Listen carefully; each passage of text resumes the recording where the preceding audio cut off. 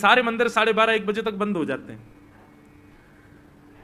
तो राजभोग के बाद श्रीनाथ जी का मंदिर बंद हुआ। सोई श्रीनाथ जी गोविंद स्वामी और कुछ सखाओं के साथ खेलने निकल जाते गोवर्धन पर्वत पे। आज गोविंद स्वामी बोले लाला छुपन छुपाई खेलेंगे। ठाकुर जी बोले ठीक है। और जैसे छुपन छुपाई खेलने लगे महाराज, तो पहली डायन गोविंद दास जी की आई। बोले सब छुप जाओ, मैं 10 तक गिनती गिनूंगा फिर ढूंढूंगा। ठीक है। अब कोई महाराज वृक्षन के पीछे चलो गो, ठाकुर जी एक वृक्ष के ऊपर चढ़ गए, कोई गुफा में चलो गो, कोई कहीं चले गए, और गोविंद दास जी गिनती गिनना है 1 2 3 4 5 6 7 8 9 10 गिनती पूरी हुई तो गोविंद दास जी ढूंढने निकले। लेकिन सबसे सरल था ठाकुर जी को ढूंढना। क्यों? इतना इत्र लगाते हैं ठाकुर जी की जहां से भी जाते हैं वो जगह महक जाती पूरी। तो गोविंद दास जी क्या करते, सूंघते हुए चलते, जहां से भी चंदन की सुगंधी आ रही होती वहीं चल देते, वृक्षों को सूंघते, पृथ्वी को सूंघते, हर अंग से सुगंध आती है ठाकुर जी की। तो जहां चरण रखते हैं महाराज वो वर्षों तक सुगंधित रहती है। सोई गोविंदास क्या करते, 2 मिनट में ही जाते और ठाकुर जी के जिस वृक्ष पर बैठ जाते वहीं नीचे से जाके कहते थे ठाकुर जी पकड़ लियो। ठाकुर जी के गोविंदा में कितनों छुप जाऊं तुमको कैसे पकड़ ले। और ठाकुर जी अब तो पकड़ ली, अब आप जाओ, आप गिनती गिनो, हम छुपेंगे। ठाकुर जी बोले ठीक है। ठाकुर जी अब चले गए डाइन देवे और 1 2 3 4 5 6 7 8 9 10 तक गिनती गिनी, सब छुप गए। अब ठाकुर जी थोड़ी देर तो ढूंढते रहे, ढूंढते ठाकुर जी गए थक। बोले जे तो मिलेगा ही ना गोविंदा, पतो ना कहां जाके छुप गए, मिले ही ना रो।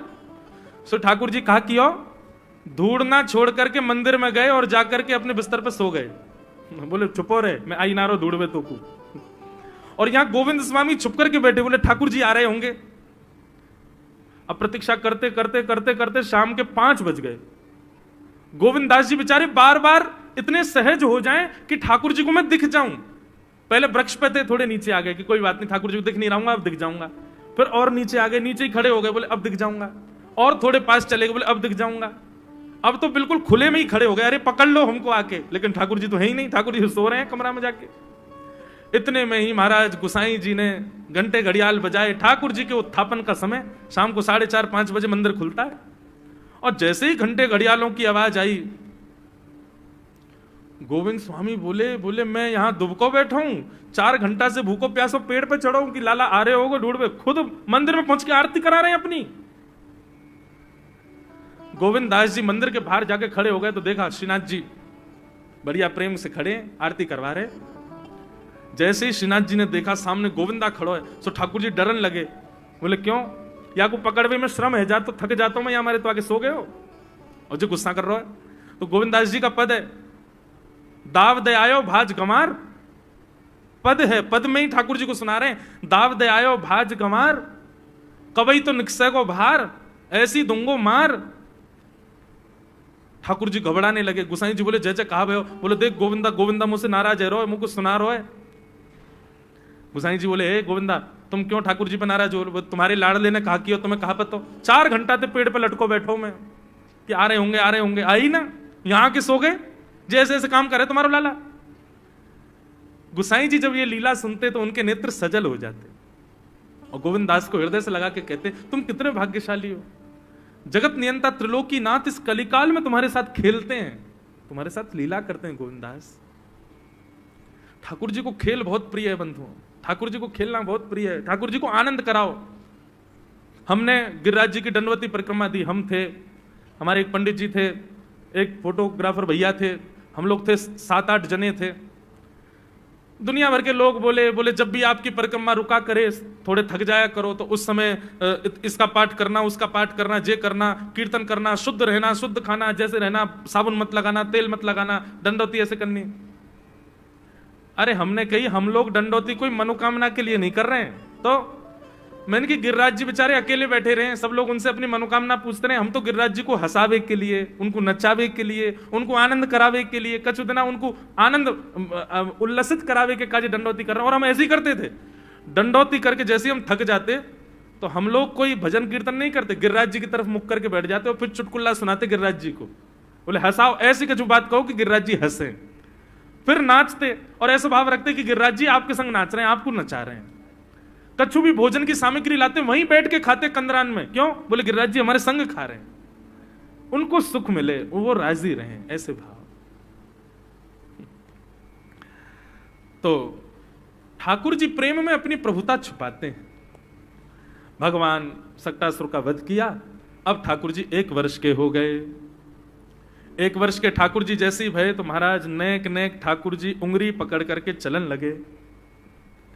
धीरे धीरे अब ठाकुर जी बोलवे को प्रयास करें। 2 दतुइयां ठाकुर जी की निकल आई हैं, 2 दांत हैं बस। यशोदा मैया जैसी आज लाला को गोद में लेकर के घूम रही, सब ठाकुर जी यशोदा मैया को देखने लगे और धीमे से बोले मैया। ओहो, जैसे ही ठाकुर जी ने मैया बोली, यशोदा मैया के तो रोंगटे खड़े हो गए। बोले लाला दोबारा बोलिए, कहा बोलो? बोले मैया। यशोदा जी का प्रिय नाम है कन्हैया, मैया लाल जी को इसी नाम से पुकारती है। ठाकुर जी अब धीरे धीरे 3.5 वर्ष के हो गए और जैसे ही 3.5 वर्ष के भय महाराज मानो जैसे उनके शरीर में स्प्रिंग एक्टिवेट हो गई हो। इतना ऊधम मचाते हैं, इतना ऊधम मचाते हैं, पूरी गोकुल की नाक में दम कर रखा ठाकुर जी ने। यशोदा मैया ने लाल जी को नूपुर पहना रखे। सवेरे जैसे ही ठाकुर जी उठते हैं, नूपुरों की आवाज आती है तो यशोदा मैया तुरंत रसोई घर से दौड़ के जाती है लाला के पास। लेकिन ठाकुर जी इतने चतुर हैं, यमुना तट पर जाते हैं और नूपुरों में बालू भर लाते हैं कि कल नूपुर आवाज नहीं करेंगे, सुबह उठ के हम घर से भाग जाएंगे कहीं और, मैया को पता ही ना चलेगी। ऐसा उदम मचा में श्री सुखदेव जी वर्णन कर रहे हैं। श्रृंग्यग्निड्यम शशि जलद्विज कंटकेभ्य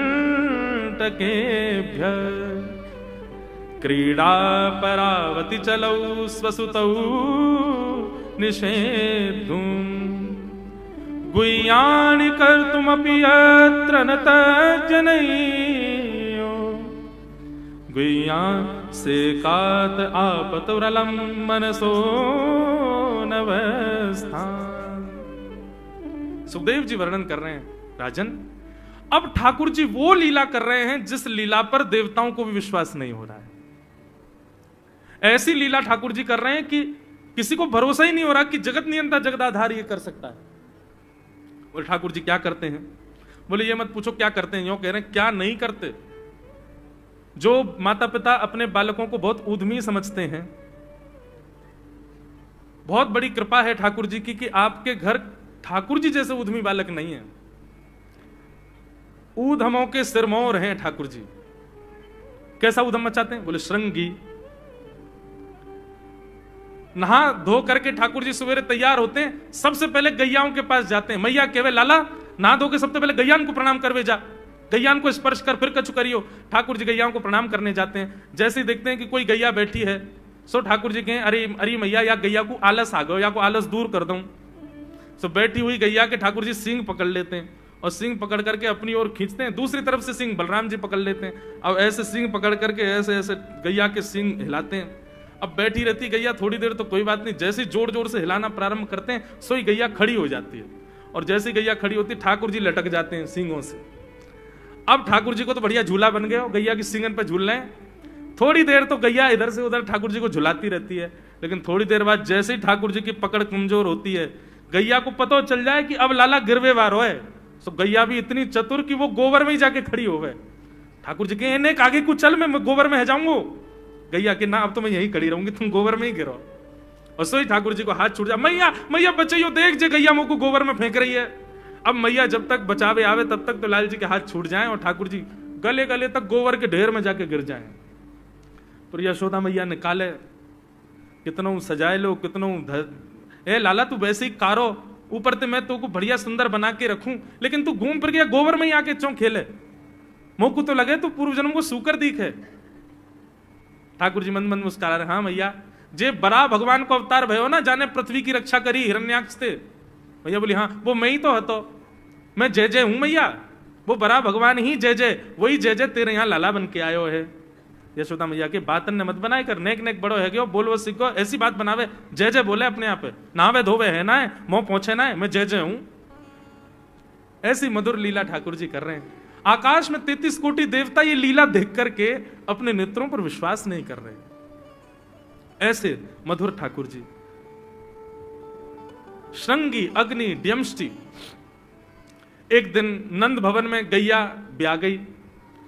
जैसे ही गैया ब्याई, ठाकुर जी जैसे ही गैया ब्याती है तो ठाकुर जी वहीं खड़े हो जाते हैं। और बंधुओं, शास्त्रों में आज्ञा है कि गाय जब ब्या रही हो, बछड़े को जन्म दे रही हो या बछिया को जन्म दे रही हो, उस समय गैया जो होती है वो दो मुखी हो जाती है। एक मुख तो सामने है, और जब जन्म देती है तो बछड़ा या बछिया उसका मुख जब बाहर आता है तो दो मुखी हो जाती है। ऐसी दो मुखी गैया की जब आप परिक्रमा करते हो तो पूरे ब्रह्मांड की परिक्रमा का फल प्राप्त होता है। तो ठाकुर जी का नियम है, नंद बाबा की उंगली पकड़ के खड़े रहे, जैसे ही गैया ब्यावे वारी हो तो वाकू सहलाते रहे, जैसे ही गैया ब्यावे वारी हो, जैसे ही बछड़ा बाहर आवे सही ठाकुर जी वाकी परिक्रमा कर ले, परिक्रमा करके दंडवत प्रणाम करें, वाकू वाकी चरण रज को माथे से लगा में, और बछड़ा जन्म ले सो वाकू नवा में दुआ में वाकू अपने गरे से लगा में। एक दिन ठाकुर जी जोर जोर से रोने लगे। बछड़ा जैसे ही जन्म लियो बछड़ा ने, ठाकुर जी रोने लगे। नंद बाबा शांत करा में नहीं माने, बलराम जी ने शांत कराया नहीं माने। यशोदा मैया गोद में लेके बैठी, बोले लाला का भयो, तू रो क्यों रोए? बोले मैया मेरे संग बहुत बुरा भयो। यशोदा मैया बोली कहा भयो? बोले गैया के बछड़ा ने जन्म लियो। मैया बोली तो वाह बछड़ा को मैंने मुंह खोल कर देखो, वाह के सबरे दांत ने करे आए, मेरे जन्म को 3 साल है गए अभी तक 4 ही दांत ने करे। मैया वो टूट जाए, दमष्टी रो रहे हैं अपने दांतन को, मेरे दांत चौना ने कर रहे सबरे। वाह बछड़ा के जन्म लेते ही सबरे दांत आ गए, मेरे दांत चौने ही आ रहे हैं। यशोदा मैया ऐसी मधुर बात सुनकर के लाल जी को हृदय से, फिर झूठी झूठी कहती, मैया कहती लाला तू दूध ना पीवे ना, पूरे दिन मक्खन खावे, मक्खन चीकनो होवे, दांत निकले चिकनो है कि सुई पेट में चलो जाए, तू दूध पिए कर। कबहू भड़ेगी चोटी मैया मोरी, कबहू भड़ेगी चोटी। कभी अपनी चोटी पकड़ के रोते मैया मेरी चोटी चौना भर रही। बलराम की चोटी देखो कैसी नागिन जैसी चोटी है वाकई, और मेरी चोटी कैसी है मैया, नेक सी पतरी सी। मैया बोले लाला तू दूध ना पीवे, दूध ते चोटी बढ़े। बलराम में देखिए ऐसा जग भर के दूध पीवे। सो ठाकुर जी दूध को पात्र हाथ में ले में, अपनी चोटी खोल ले में, और फिर चोटी पकड़ करके दूध पी में, और दूध पीते पीते नापते रहे कितनी बड़ी भई की ना भई अभी। ऐसी मधुर लीला ठाकुर जी करते हैं। ऐसी लीलाएं हैं ठाकुर जी की कि उन लीलाओं को सुनकर के जो ज्ञान के मार्ग को नहीं समझ पाते, जो वैराग्य के मार्ग को नहीं समझ पाते, जो ज्ञान और वैराग्य से ठाकुर जी को प्राप्त नहीं कर पाते, वो इन लीलाओं से ठाकुर जी के हो ही जाएंगे। ऐसी लीला है। और क्या करते हैं ठाकुर जी?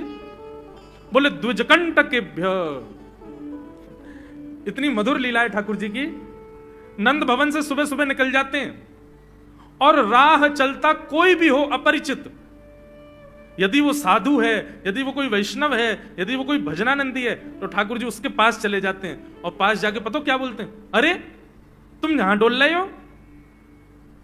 बोले भैया कौन हो तुम? अरे जी सब बाद में पूछी हो, हम तो यूं कह रहे तुम यहां घूम रहे हो, नंद बाबा तुम्हारी मां बात देख रहे हैं, नंद बाबा तुम्हारा इंतजार कर रहे हैं। किसी से भी? बोले काय को कर रहे हैं भैया इंतजार? अरे आपके काजे यशोदा मैया ने 56 भोग बनाए हैं, और यशोदा मैया तो थाली सजा के बैठी है, आप घर जाओगे तब आपको प्रेम से प्रसाद पवाएंगे, फिर दक्षिणाओं देंगे। अरे जल्दी करो, देरी मत करो, जल्दी नंद भवन पहुंच जाओ। रोज 150 से 200 अपरिचित वैष्णव संत साधु नंद भवन आते हैं, और सब आकर के कहते हैं यशोदा मैया आप हमारी प्रतीक्षा कर रही थी, लाओ प्रसाद पवाओ। यशोदा मैया बोली मैं कौन ने कही आपसे? बोले आपको लाला बोल रहा हूं। कि यशोदा मैया तो ये कह रही। यशोदा मैया जैसे तैसे पवा देती, दक्षिणा देती, रात में लाला से कहती चोरे लाला तू सबंते यूं क्यों कहते मैं प्रतीक्षा कर रही? मैया एक तो मैं अपने घर में सब तीर्थन को भेज दूं, ये संत महात्मा चलते फिरते तीर्थ है मैया, इनको जितना ऐसा कि अपने घर बुलाना चाहिए, इनको प्रसाद पवाना चाहिए, या हमारे गोकुल में आवे वाले सब संतन को खोज खोज के मैं तो तेरे पास भेजूं, ताकि तू ने रसोई घर में लगेगी, भोजन प्रसादी बनावेगी और बढ़िया संतन को पवावेगी, तो तेरे घर में सबरे तीर्थ आ जाएंगे मैया। ऐसा प्रेम। एक दिन ठाकुर जी के अब मित्र बन गए। कौन है मित्र? मधुमंगल, श्रीदामा, तनसुखा, मनसुखा, धनसुखा, सुबल, ये ठाकुर जी के मित्र हैं। एक दिन ठाकुर जी अपने सब मित्रन के संग बैठे, और मित्रों के संग बैठे हुए ठाकुर जी बोले भैया कल से हम लोग सब यज्ञ करेंगे। मधुमंगल, श्रीदामा बोले क्यों लाला यज्ञ क्यों करेंगे?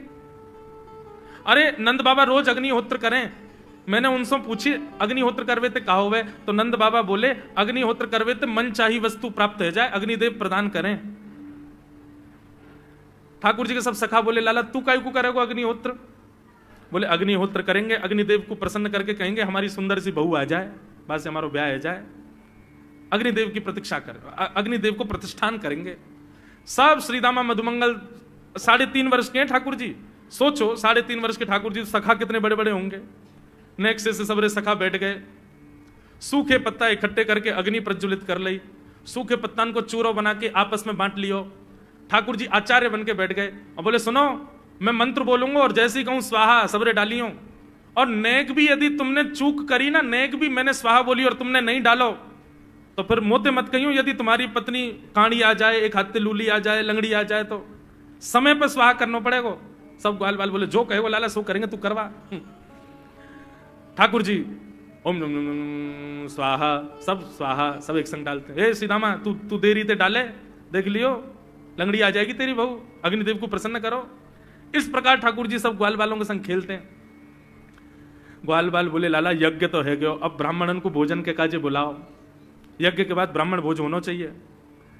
सोई ठाकुर जी अपने सब ग्वाल बालों की उंगली पकड़ करके पूरे गोकुल में जाते हैं, ब्राह्मणों के घर जाकर के कहते हैं आज नंद भवन में बढ़िया उत्सव भयो है, बढ़िया यज्ञ भयो है, भोजन के काजे शाम को आपको परिवार सहित आनो है। सबन को निमंत्रण दिया मैं। अब महाराज नंद भवन से जब निमंत्रण आता है तो ब्राह्मण लोग ब्राह्मणी से कहते हैं कि आज चूल्हा मत जलाना। क्यों? अरे नंद भवन में भोजन की सूचना मिलती है तो 3 दिन से भूखे रहते हैं ब्राह्मण। क्यों? इतना खवाएंगे नंद बाबा, इतना खवाएंगी यशोदा मैया कि पेट भर जाएगा, 2 दिन तक भूख भी ना लगेगी, इतना भोजन करना पड़े। ए ब्राह्मणी चूल्हा मत जलाई, और सुन नमक को पानी और दे दे। नमक को पानी पी पी करके भूख बढ़ाते हैं अपनी। बोले शाम को जाएंगे और बढ़िया चकाचक महाराज 56 भोग पाएंगे। शाम का समय हुआ, सैकड़ों हजारों ब्राह्मण आकर के नंद भवन के बाहर खड़े हो गए। यशोदा मैया ने अटारी से जैसे ही देखा इतने सारे ब्राह्मण, यशोदा मैया उतर करके आई, बोली आओ भगवान पधारो, सबन को जय श्री कृष्ण, सबन को प्रणाम। जे बताओ आज मेरे द्वार पर आप सबन को एक साथ आने को कारण कहा है? किसी को निमंत्रण देकर के और फिर पूछो कारण क्या है, बड़ा अजीब लगता है। किसी को आपने बुलाया भोजन पे, वो बेचारा आ गया, फिर आपको बताओ भैया कैसे आए, कितना अजीब लगे। ब्राह्मण बोले मैया तुम हम तो पूछ रही हो या बात?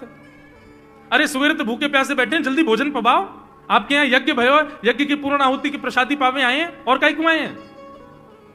यशोदा मैया बोली कौन सा यज्ञ, कब भयो यज्ञ, कौन सी पूर्ण आहुति? ऐसा कछु ना भयो हमारे यहाँ, आप लोगों को कोई गलत जानकारी मिली है, कौन ने कही आपसे? ब्राह्मणों के नेत्रों में आंसू आ गए। बोले मैया एक तो हम सवेरे से भूखे, ऊपर से ब्राह्मणी से मना और करे आए कि तू चूल्हा मत जलाइयो। ब्राह्मणी भी बात निहार रही है कि डिब्बा में लेके आएंगे हमारे काजे भी भोजन। खाली हाथ गए तो ब्राह्मणी डांटेगी अलग, मैया तेरो लाला सवेरे सवेरे आयो और सब ग्वाल बालन के संग आके हमसे कह के गयो यज्ञ भयो, यज्ञ की पूर्ण आहुति में भोजन करवे सबन को आनो है, हम तो यही मारे चले आए। यशोदा मैया बोलिया लाला ते कैसे बचूं मैं, पूरे दिन कम से कम 2-2.5 हजार लोगों को निमंत्रण ऐसे ही देते रहे। यशोदा मैया बोली आपकी व्यवस्था करूं, लेकिन पहले या लाला को तो देखूं मैं, है कहां ये?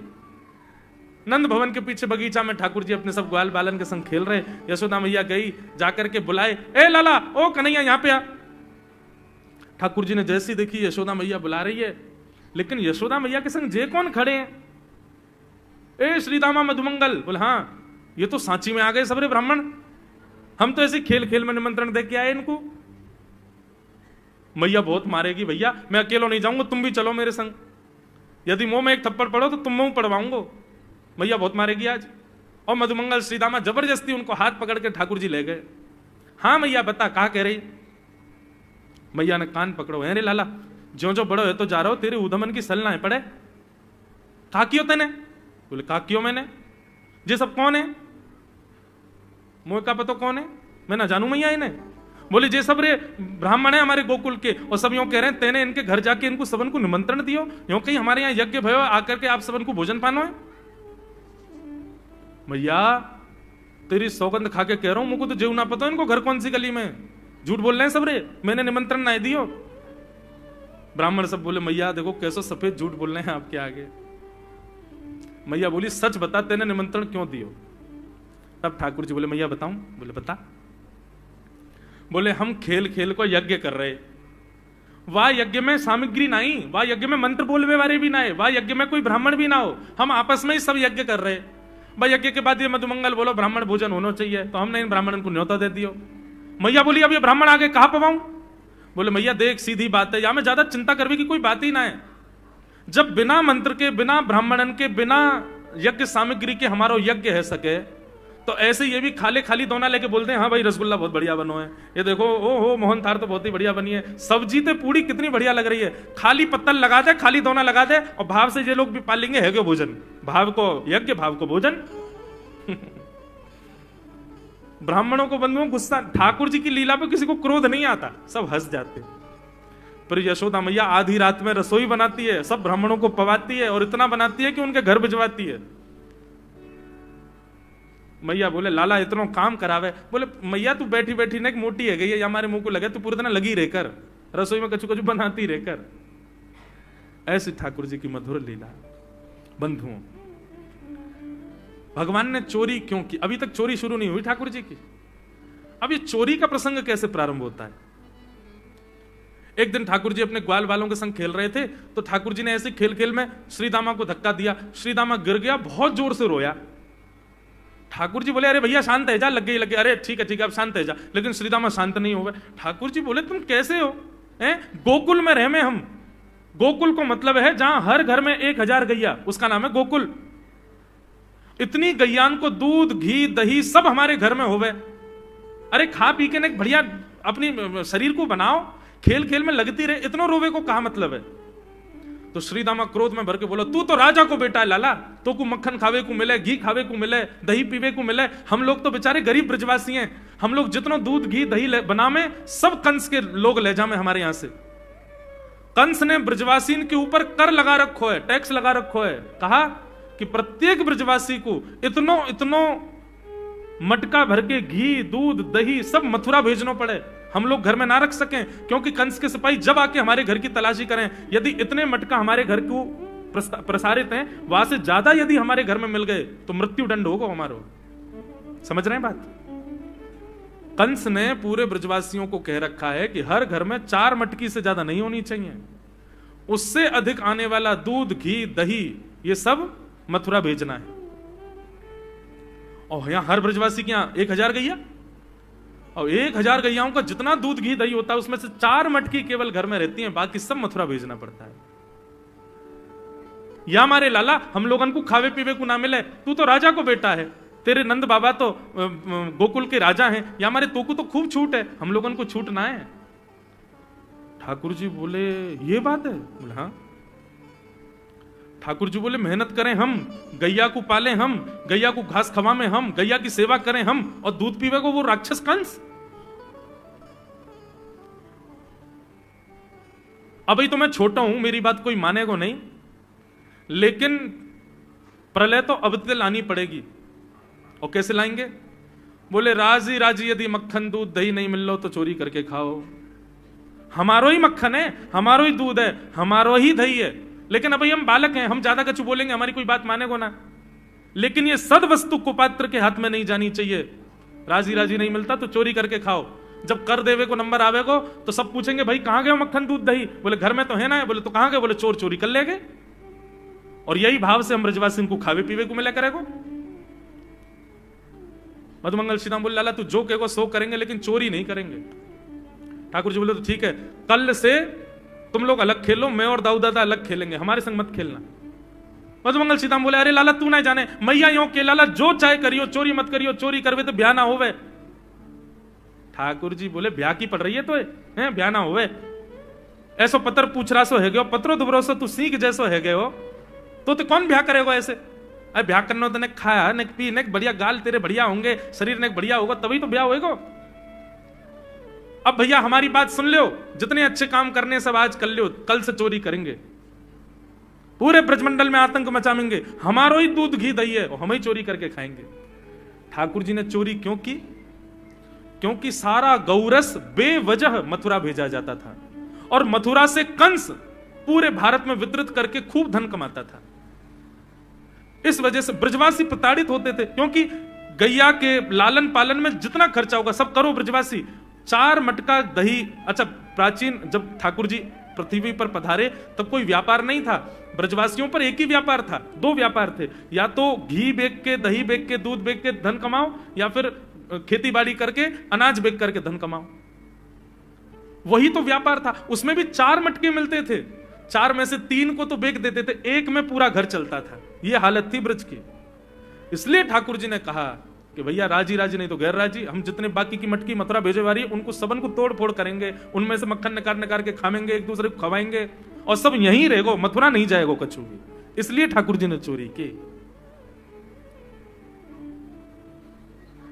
ठाकुर जी बोले प्रैक्टिस मेक्स मैन परफेक्ट। सबसे पहले प्रैक्टिस अपने घर में ही कर लें, कैसे करनी है चोरी। अगले दिन ठाकुर जी सवेरे उठे और देखने लगे यशोदा मैया देख तो नहीं रही, और ठाकुर जी चुपचाप गए महाराज जहां पर सारे मक्खन दूध दही रखे, वहां पहुंच गए गौरस भंडार में। और गौरस भंडार में एक मटकी के ऊपर से ढक्कन हटाए करके जैसे ही ठाकुर जी ने हाथ बोर के पानो प्रारंभ किया, सामने एक खंबा था, उसमें मणि लग रही थी। आज पहली बार 3.5 वर्ष की आयु में ठाकुर जी ने अपना प्रतिबिंब देखा, पहली बार अपने आप को देखा दर्पण में। बंधुओं, बच्चों को शीशा नहीं दिखाते, छोटे बच्चों को तो दिखाते ही नहीं, और 3-4 वर्ष तक भी बालक को अपनी शक्ल थोड़ी देखता है वो। अब इसके पीछे कारण बहुत सारे बताए जाते हैं, परंतु हमें तो लाल जी से मतलब, लाल जी का क्या है। ठाकुर जी ने जैसे ही प्रतिबिंब में अपने रूप को देखा, अपने रूप को देख करके ठाकुर जी बोले, हो तू भी आयो यहां चोरी करवे। अपने आप से ही बात कर रहे हैं ठाकुर जी। अरे मैंने कही तो हती अपने अपने घर में चोरी करनी है, तू दारी के मेरे घर में आगो चोरी करवे। ठाकुर जी अपने प्रतिबिंब से बात कर रहे हैं। अब गौरस भंडार में ठाकुर जी की आवाज गूंज रही थी, और वो गूंजते हुए रसोई घर में जा रही थी। रसोई में मैया ने सुनी, बोले लाला कहां ते बोल लो है, उठ गयो कन्हैया, मुझको पतो भी ना चली, नूपुरन की आवाज ना आई। मैया दौड़ करके गई तो देखा ढूंढते ढूंढते गौरस भंडार में ठाकुर जी अपने प्रतिबिंब से बात कर रहे हैं। कितनी सुंदर झांकी है ठाकुर जी की। ठाकुर जी मक्खन पा रहे हैं, बोले अच्छा अब आ तो गयो है यहां पे, लेकिन सुन चुपचाप चोरी करके भाग जाइयो, मेरी मैया बहुत मारेगी तो को। बाकू यदि पतो चल गई तू चोरी कर रहा है तो को उखलते मान देगी, मेरी मैया बहुत मारेगी, चुपचाप चोरी कर और निकल ले यहां से। ठाकुर जी चोरी की बात कर रहे थे, यशोदा मैया ने पीछे से सुनी, लाला ओ कन्हैया। ठाकुर जी घबरा गए, मैया कैसे आ गई। हाँ मैया, कौन से बात कर रहे हो तू। अरे मैया देख हमारे घर में चोर घुसायो है। अपने प्रतिबिंब को दिखा करके ठाकुर जी कह रहे हैं, देख मैया हमारे घर में चोर घुसायो, जे चोरी कर रहा हो हमारे यहाँ के मक्खन की, तो मैया को पकड़वे आयो हूं। नन्हे से गोपाल जी, बहुत मधुर लीला। मैया हंस भी रही है और क्रोध भी कर रही। बोले अच्छा जो चोरी कर रहा हो। बोले हाँ, चल याकू तो मैं पकड़ लूंगी, लेकिन जे बता तेरे हाथ में मक्खन कैसे लगो, तू तो याकू पकड़वे आयो ना। अब मैया याकी मैं कहा बताऊं, तेने मेरे हाथ में पद्म राग के ऐसे ऐसे बढ़िया कंगन पहना रखे हैं, कड़ूला पहना रखे हैं सोने के। जब मैं धूप में निकलूं ना तो धूप की किरण से मुंह को बहुत जलन है जाए हाथ में। तो कल मेरे सखा मधुमंगल ने मुझसे कही, बोले लाला जे जलन तेरी दूर रह जाएगी, तू मक्खन में हाथ बोर लियो अपनो, सो तेरी जलन दूर रह जाएगी। या हमारे भैया जलन हटावे के काजे मैंने हाथ बोरो है। भैया बोली अच्छा चल लाला, यहां तो तेरे जलन है रही और यहां मक्खन कैसे लगो। ठाकुर जी बोले मैया मैं अपनी जलन दूर कर रहा हूं। इतने में जन कहां एक मक्खी आके मेरे मुंह पे बैठ गई, बाकू उड़ावे के काजे मैंने जैसे मुंह पे हाथ किया सो मक्खन मेरे मुंह पे लग गो। मैया बोली लाला तू चोरी भी करन लगो और अब झूठ भी बोलन लगो मुझसे। मैया ने गोदी में बैठा लिए लाला। बोले लाला तू चोरी नहीं करेगो, तू मेरी सौगंध खा, तू आज के बाद चोरी नहीं करेगो। ठाकुर जी बोले नहीं करूंगा मैया, लेकिन एक वचन दे। बोले कहा चाहिए वचन में। बोले पहले वचन दे, जो मांगूंगा सो देगी। मैया बोली जो मांगेगा सो दूंगी, चोरी छोड़ दे। बोले सौ खाऊं पर घर ना जाऊं मैया, अब ना करूंगो चोरी। अब ना करूंगा मैया, पर सांची कह कब लावेगी मोकू तू दुल्हन गोरी। मैया मैं चोरी छोड़ दूंगा, आज तो ही बंद, पर जो बता मेरा ब्याह कब करावेगी। मैया बोली लाला तू अभी नेक सो तो है, छोटो सो तो है, नेक बड़ो है, जा फिर तेरा ब्याह कर दूंगी। और ये ब्याह ब्याह की तो कौन सिखावे तो को ब्याह की बात? बोले मैया ये श्रीदामा मोकू भरतो रहे पूरे दिन, तू ब्याह कर ले, तेरी उम्र है गई, बुढ़ापा आ जाएगा। मैया बोली या मधुमंगल है तो मैं बताऊंगी, है 3.5 बरस के छोरा तो कह रहा बुढ़ापा आ जाएगा। अभी अभी खड़ो है वो सीखो, अभी बोलना सीखो, यानी दांत भी पूरे न आए और ब्याह की बात करे।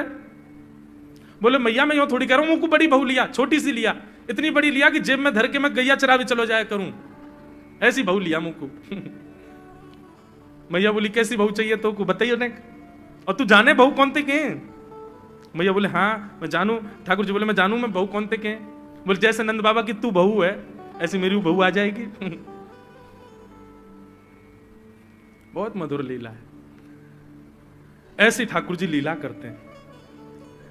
ठाकुर जी ने ग्वाल वालों से कहा भैया मिशन फेल हो गया, घर में तो चोरी नहीं कर पाए हम, अब दूसरे इनके घर में दावे बोलो। एक दिन महाराज ठाकुर जी का जब आतंक खूब बढ़ गया गोकुल में, सब गोपियों ने जाकर के मैया से शिकायत करी है। वत्सान मुंचन क्वचित समय क्रोश संजात हास स्तेयम स्वाद्वद्धदिपयः कल्पितैस्तेययोगै मर्कान् भोक्षन् विभजति सचेन नात्रिभाण्डं भिनत्ति द्रव्यालाभे सग्रह कुपितो यात्युपक्रोशतोकान्। सब गोपियों ने जाकर के मैया से शिकायत करी, बोले मैया अपने लाला को संभाल लियो, नहीं तो कावदना हम देख लेंगी और फिर हमसे मत कहियो कि तेने मेरे लाला से क्यों कही। मैया बोली कहा क्यों मेरे लाला ने? गोपी बोली ये बस सुन लो और यूं बताइयो कहा ना करे तुम्हारो लाला। देख वे मैं 3.5 बरस को है, बाकी पेट में इतनी बड़ी बड़ी दाढ़ी है बाकी, मतलब ओ नंद रानी तेरो लाला जबर भयोरी, मेरी मटकी उलट के पलट गयोरी, नंद रानी तेरो लाला जबर भयोरी। जबर मतलब अब सुगड़ है गयो है, नेक बलवान है गयो है, सब जानकारी है या कुछ छोटो बालक मत समझियो। गोपियों ने जाकर के अपनी अपनी दुख दर्द सुनाए मैया को। मैया बोली अरे भैया मेरे लाला को मक्खन की कोई कमी थोड़ी है, मेरे लाला को दूध की कोई कमी थोड़ी है, मेरो लाला चाहे तो मक्खन से नहावे, दूध में नहावे, इतना मक्खन दूध दही मेरे घर पे, तुम्हारे यहां क्यों चोरी करेगो? अरे कई बार बालकन को अपने घर को भोजन बढ़िया ना लगे, दूसरे के घर को बढ़िया लगे, अगर बार ने तुम्हारे यहाँ के नेकाद मक्खन खा लिया तो वहां इतना रो क्यों रही हो? मैया आपको अपनो लाला बहुत सीधो लगे ना, हम बताएं कहा करे तुम्हारा लाला? बोले स्वयं खावे हमको कोई दिक्कत नहीं, लेकिन या की एक पूरी मंडली है और पूरी रजिस्टर्ड मंडली है, बाल गोपाल चौर प्रचार प्रसार मंडल, ये घर घर जाके चोरी करते हैं। और मैया तुम्हें कहा बताऊं, जैसे ही कोई गोपी के नयो बालक होवे ना तो तुम्हारो लाला पूरे मंडल के साथ आवे और वह लाला के सिर पे हाथ धर के, छोटे से बालक के सिर पे हाथ धर के बस 1 वर्ष की प्रतीक्षा, फिर तुम भी हमारी मंडली में आ जाओगे। पूरे गोकुल में भय है तुम्हारे लाला को। बोले स्वयं खावे, ग्वाल बालन को खवावे। मैया यहां तक भी बात समझ में आवे, ग्वाल बालन को खवावे, मरकान भूक्षण, यो नहीं कि नेकाद मक्खन बच जाए तो रहम करके हमारे काज छोड़ जाए, बाकू बंदरन को खवा दे। एक गोपी बोली मेरे यहां तो इतना मक्खन की स्वयं ने खा लियो, बालकन को खवाई दियो, बंदरन को फिर भी बच गयो तो भी छोड़ के नहीं गयो। बोले नात्री भांडम भिनत्ती, फोड़ गयो मटकी। और बोले मक्खन को कहा कियो? बोले पूरे घर में लेप लगा गयो, वाको पूरे घर में पोंछा कर गयो मक्खन को। मैं और मेरी सास यमुना जल भरवे गए, सिर पे मटकी 2-3 मटकी रखी, बड़े अचक के हम लोग चल रहे, हमें कहा पता ही कि हमारे घर में मक्खन चीकने के लेप है गयो। मेरी सास ने जैसे ही पहलो पैर रखो घर के भीतर, ऐसी रिपटी कि आज तक उठ ना पाई है। ये तुम्हारो लाला करे? नात्रिभांडम भिनत्ती। यशोदा मैया आश्चर्यचकित होकर सुन रही है, बोले ये नेक्सो लाला ये करे? बोले हाँ मैया।